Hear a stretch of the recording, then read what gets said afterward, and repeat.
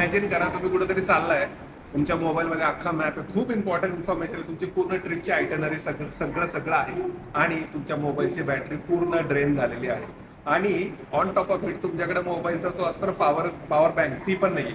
तर अशा सिच्युएशन मध्ये काय बरं कराल तुम्ही? ऑफकोर्स दुसरीकडे शोधाल की कुठं माझ्याकडे चार्जिंग पॉईंट आहे वगैरे, हे ठीक आहे, पण मोठ्या ठिकाणी मोठे स्टेशन वगैरे आहे अशा ठिकाणी चार्जिंग पॉईंट्सवर तुमचा वेळ जाऊ शकतो. तर याच गोष्टीची पूर्तता करण्यासाठी जपानने टेक्नॉलॉजी तुमच्यासाठी आणलेली आहे. ती टेक्नॉलॉजी म्हणजे काय, इथे तुम्हाला या डिव्हाइसवर बॅटरी रेंटल मिळतात. बॅटरी म्हणजे तुमची पॉवर बँक आहे ना, ती रेंटल मिळू शकते.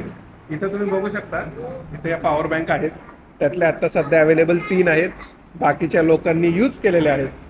सो यूज कसा करायचा, खूप सिम्पल आहे.